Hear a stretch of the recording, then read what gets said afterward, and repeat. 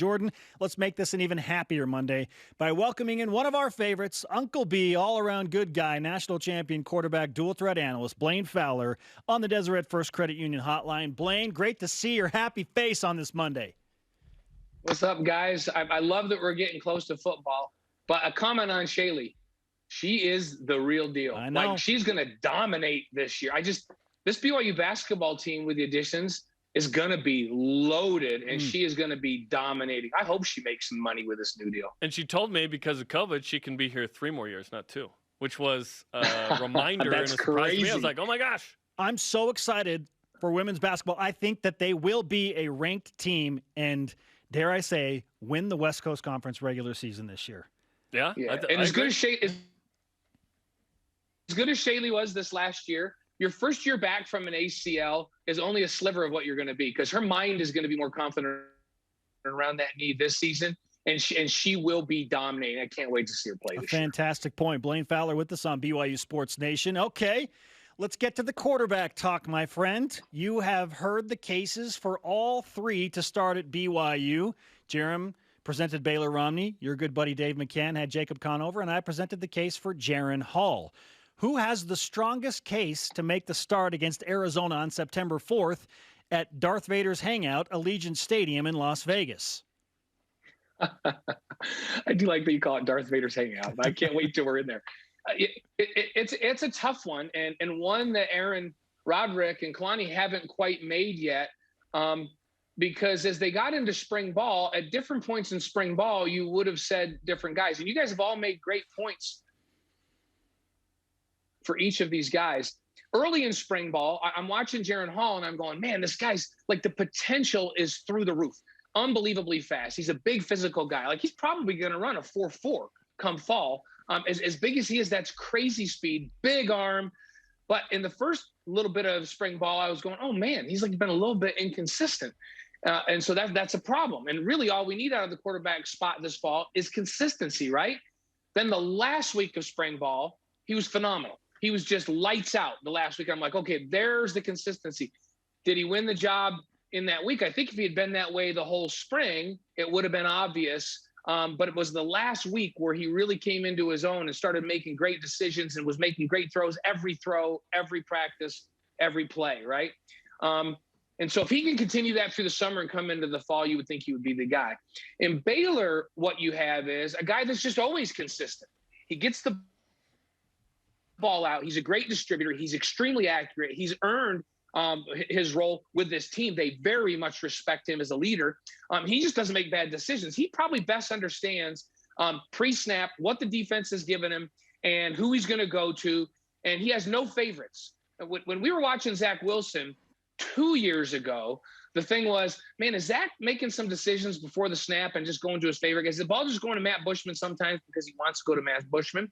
And then last year, Zach started to go to wherever the defense dictated. And that was the difference between good and great. Baylor's a guy that just distributes the ball based on the defense. And with this receiving core, that's a big thing.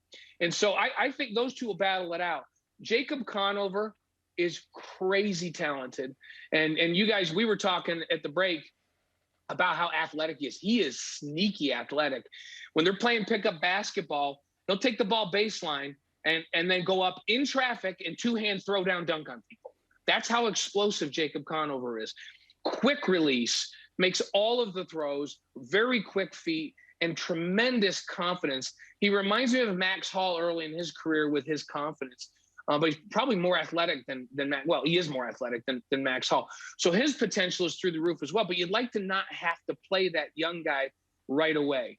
And so I don't know if I answered it. My feeling is if Jaren Hall can take that last week of spring ball and carry that into the fall, he's going to be your guy. If he comes with some inconsistency, well, then Baylor's going to overtake him because Baylor doesn't play with any inconsistency. He's just consistent every play. And then I feel like they're going to bring Jacob along, and at some point, they may need him. The beauty of him is he was able to come because of COVID to fall camp without any eligibility being used. And if you ask every player on BYU's defense, because Jacob ran that prep defense, they would tell you the best quarterback they faced all season last year, and I'm including UCF's quarterback and Coastal Carolina's quarterback, would be the guy they faced in practice every day running the prep team, and that's Jacob Conover. He was that good as a freshman, but now he comes as a true freshman. He could redshirt. He could play in 4 games and redshirt this year, and you could really bring his development along. So I guess what I'm saying, guys, is BYU's in a phenomenal position right now. And what we've learned in the last 10 years is, we used to say if you don't have one quarterback, you don't have a quarterback. And I say if you don't have 2 or 3 now, with the way injuries have played in this game, you might be in trouble. And BYU is crazy deep. This is as deep as they've been in a long, long time. And with the receiving core and the tight ends and the offensive line and the backs they have, any one of those guys could do it. So let's see who shows up and plays with the most consistency in the first week. If that's Jaren Hall, I think the job's his. And so that's a lot of pressure on him to be consistent and play free. But that's what he's got to show these coaches, to just grab that job by the throat. It's really interesting. And I think how you laid it out is very similar to what we've been discussing on the show, Blaine, which is if Jaren Hall's healthy, and that's a big question, right? Because he's yet to finish a game as a starter in those 2 starts. He got knocked out of both. He's the guy. Baylor is a tremendous backup. He feels and looks like a great backup, right? And we've seen him win a ranked game against Boise State. And then ideally Conover redshirts. Do you think it will be that, what you and we have been discussing, or will something in fall camp twist this up? I'm not talking in season where maybe there are injuries. I'm talking fall camp. Will you be shocked if it's different than what we just laid out? I think that's probably the way it'll lay out, because I know they're all putting work in, right? And I expect that Jaren will come back in the fall. Jaren's actually been working with John Beck. We've heard that story before, right? And so I would expect him to come back with consistency. But the wrench that gets thrown into that is if for some reason he reverts back and, he pushes the ball in some places he shouldn't, and they go, whoa, like this isn't the kind of consistency we need from that position, because that Baylor will be consistent. There's no question, right?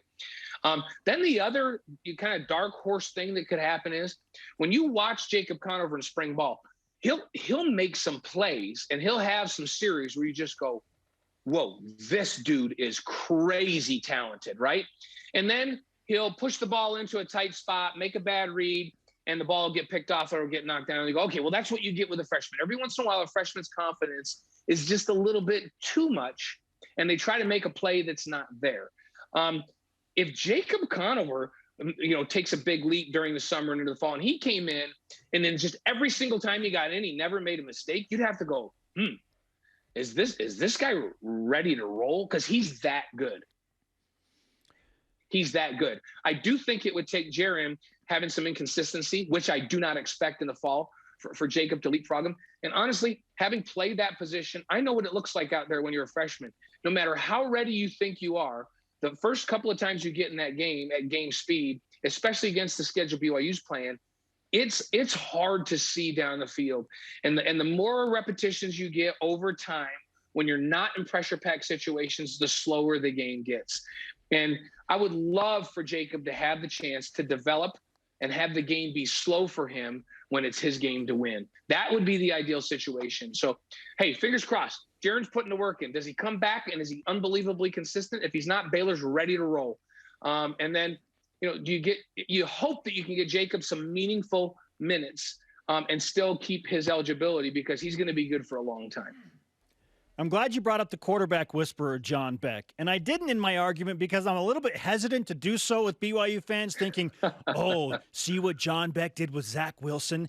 He can do the same thing with Jaren Hall. So I'm a little tentative to go down that route. But since you brought it up, what type of an impact do you think that will make for Jaren Hall working with the quarterback whisperer, John Beck? Well, first of all, you guys know what I think of John. Just a tremendous understanding of the game and his understanding of mechanics to fix just little things in the footwork. He builds quarterbacks from the ground up, which all great quarterback gurus do. And they look at what their feet are doing and what their hips are doing, because where your feet and hips go, that's where all of your power comes from, and that's where all of your accuracy comes from. And he understands that so well, makes little tweaks that help these guys be more accurate. And then he's big into teaching these guys how to effectively and usefully study film and look at defenses, pre-snap recognition, that kind of stuff. So a lot of the mental stuff and reps that they get with John is just as important as the physical. But it's not so much about John, right? because he's phenomenal, right? We know that he is. But it's about the fact that Jaren has said, I need to get better.